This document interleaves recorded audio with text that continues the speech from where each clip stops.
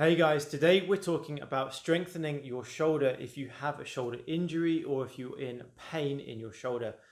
If you haven't seen my previous video about understanding shoulder pain, I recommend you go and check that out now.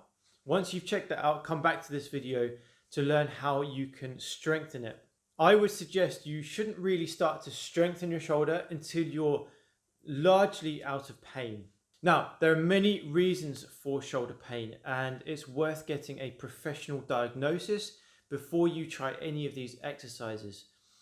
But essentially, any of these exercises you do, the key is to not push it too far into pain. You don't want to be making your shoulder worse.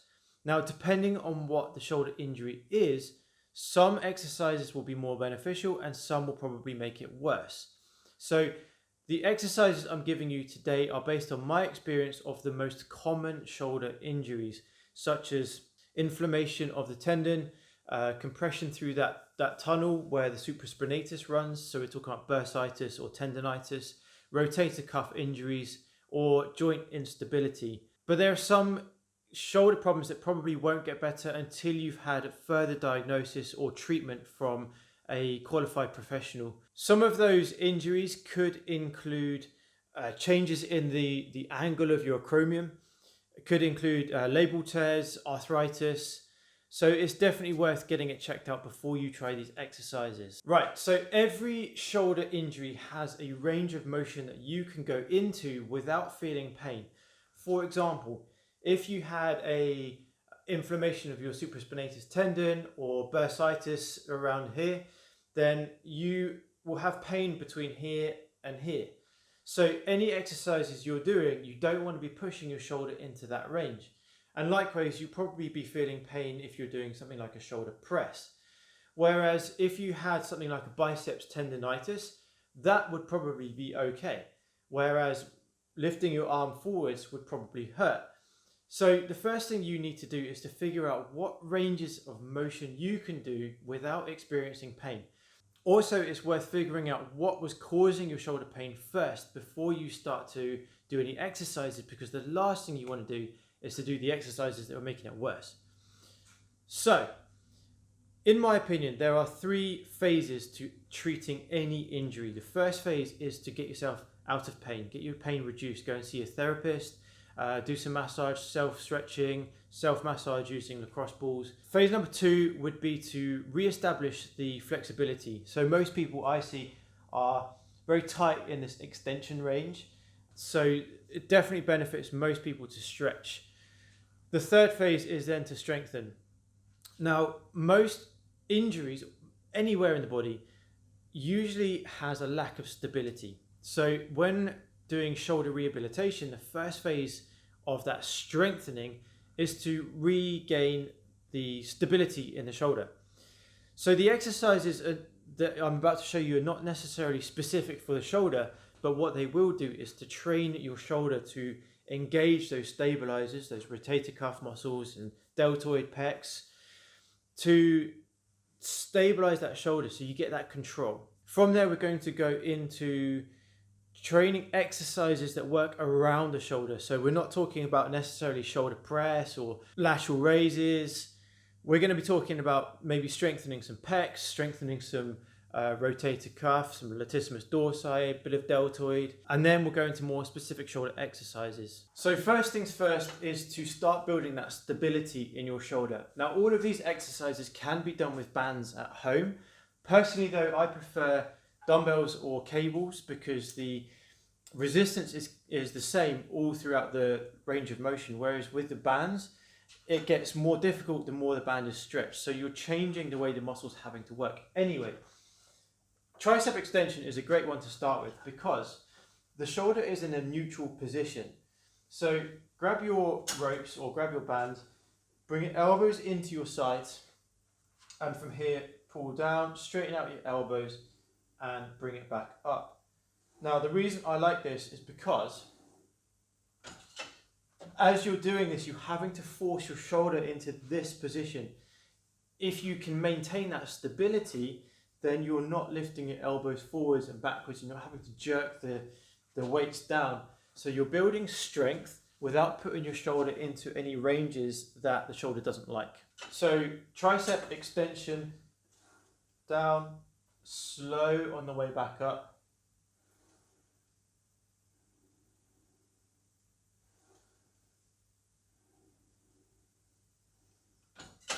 So that's your tricep extension for building stability through your shoulder. I would do about 10 repetitions, rest, and repeat another 2 times. So 3 sets in total. Now I've also set up a band just to show you that you can do the same thing with the band. Hook the band up onto something like a banisters or a stairs, or if you get access to a gym, then on a bar. Doesn't matter what you hook it onto as long as it's strong enough to have you pulling on it. Grab the band, again pull your elbows down to your sides and straighten your elbows. Now it's going to get harder at the bottom, so you have to engage the shoulders a little bit more and then control it back up. So again, 10 reps, 3 sets. Next exercise for the stability will be a bicep curl. Again, same as with the tricep extensions, I like this because it forces you to bring your elbow into your side and engage the stability in your shoulder. So choose a weight that's fairly easy. You don't want to be doing too much, especially at the start. Bring your elbow into your side and bring the dumbbell up towards your shoulder. Pause and then lower it slowly back down. When you get to the bottom, straight back up, pause and down. You can bring your other hand onto your arm just to make sure that that arm is pulled into your side. Up, pause and down. What you'll often see in gyms, and this is one of the reasons why people get injured, is because the weight is too heavy, and as they get fatigued, they will start to swing the dumbbell up. So you're disengaging the bicep and using other muscles to swing. So you're cheating, you're not using the muscle that you want to use. So you end up putting a lot more force through the joint, and inevitably you're going to cause injury. So again, 10 repetitions. Start on the weak side. You can obviously do the good side, but start on the weak side first so that you know that whatever this arm can do, the weak arm, the strong arm is going to be able to do as well. Do the same number of reps on the strong arm as you can do on the weak arm. So 10 repetitions and 3 sets, nice and slow. Now we're going to get more into the actual exercises themselves. As I said earlier, this will really depend on what you can actually do with your shoulder. If you can't do any of these ranges of motion, don't do them.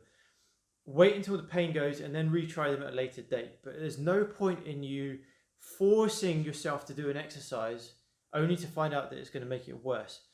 So let's assume that you can go into this range here without pain.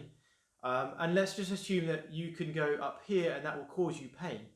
So you don't want to be working into the range of pain. You want to be working into a range that isn't causing you pain. So I can go from here to here with no pain. So we're going to strengthen that range first. So I've got a cable here. I've set it fairly high so that the direction of pull is going across. Now, in a normal lateral raise, the hardest part of the range of motion will be up here because the gravity is pulling down. So we're not working this part of the muscle, this range of the muscle. What we want to be working is this range. So we need the direction of force going across. So I'm going to grab the handle, take my arm across my body, because in theory this isn't causing me pain right now. And then from here I'm going to come out to about here where I'm still not having pain, but if I was to go further there would be pain. So from here across, pause, and slowly back in. Again, out, pause, in. Everything wants to be under control. It wants to have a slow tempo, and you want to be feeling the muscle working. What you don't want to be doing is jerking it, so it has to be slow and controlled. So out, pause, and in. And you can do the same thing with a band. You could just wrap it around a chair leg or door handle and do the same thing. Obviously it's going to get more hard as it goes out, and it's going to get easier as it comes in. And obviously the more you step out to the side, the harder it's going to get as well. So you can adjust the resistance based on where you stand. So again, out, pause, and control it back in. So this is starting to strengthen the outer part, the middle part of this deltoid muscle. The next one we're going to do is to work the front of your shoulder. So again, same thing, you could use a band. And let's just assume that this range here is okay, but if you start to go higher, that would cause you pain. So you want to work that range that's pain-free. So grab your band, start with your arms slightly behind you, and pull forwards, pause, and back out.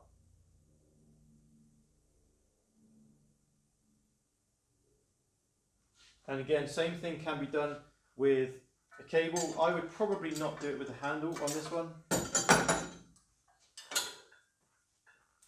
Grab the cable by itself and just pull forwards, pause, and back in. Exactly the same thing. Go into a range that is pain-free. Don't push it into a range that's going to cause you pain. So we've worked the middle part of the shoulder, we've worked the front part of the shoulder. Now we want to start working through the back. One of the biggest muscles around the shoulder is the latissimus dorsi. That's that kind of wing muscle that you can often see on bigger people. So we want to start to strengthen that because that's going to help to pull the shoulders back. If that's not stable and that's weak and this is all too strong at the front, then that's going to be putting your shoulder into a bad position. So that could have been one of the predisposing factors for your shoulder pain, perhaps. So you're going to grab a cable, much like you did with the triceps. Pull yourself back, lean forward slightly, chest up. Now from here, keep your arms straight and pull the cable down, touch your thighs, pause, and then come back up. Again, you're not taking it too high up, you're not taking it into pain. You're working into a pain-free range of motion, really. So here, pull down, pause, and come up.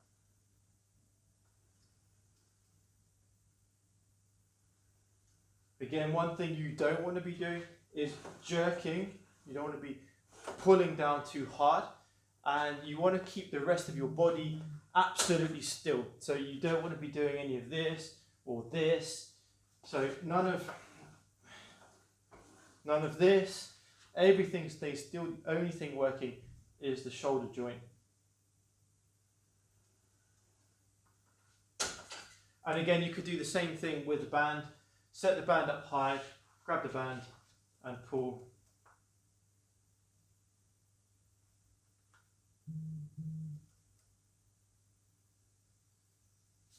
Like I said earlier though, with a band, it obviously gets harder as it gets further into that stretch position. So choose a band that's right for you.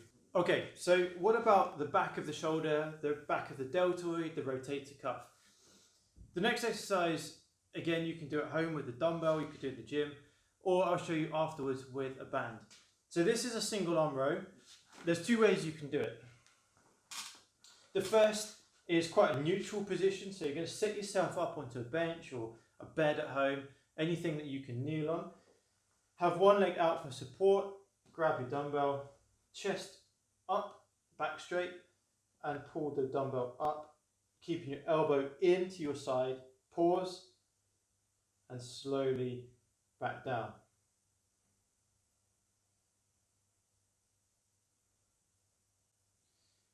If that feels okay, and you want to more specifically target the rotator cuff, you can turn your hand and bring your elbow out wider, like this.